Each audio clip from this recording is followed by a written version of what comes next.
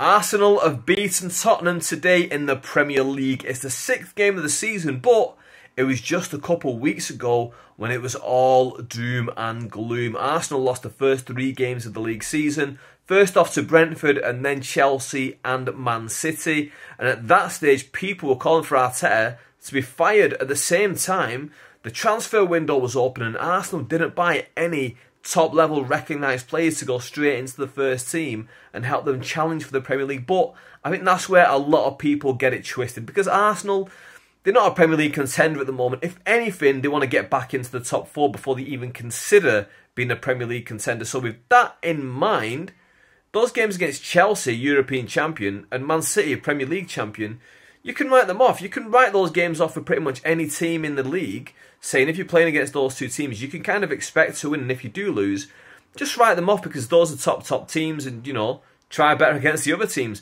Of course, there's the argument that Brentford, newly promoted, first ever time in the Premier League, shouldn't have ever been able to beat Arsenal 2-0, but Arsenal had loads of players missing. Aubameyang, Lacazette, they didn't have a proper recognised striker available for them. So again, you can write that one off. 3 games you can write off, but since then, it's 3 wins in a row, including today's massive win against Tottenham. 3 goals in the first half from Smith Rowe, Aubameyang and Saka, and then they just smoothed it over in the second half, rode it out. Son got a goal, but you know, we don't need to talk about all that stuff because Arsenal, they got the win. But what's next for Arsenal? Where can they finish this season? What's next for Tottenham? Is Nuno the manager for them?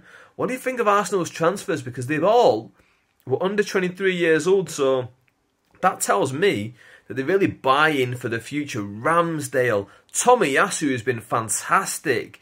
Ben White, who's really stepped into the team and, you know, made that step up. He's a huge replacement for David Luiz, who, let's be honest, was patchy at the best of times. But yeah, I'd love to hear your guys' opinions, so drop them in the comment section down below.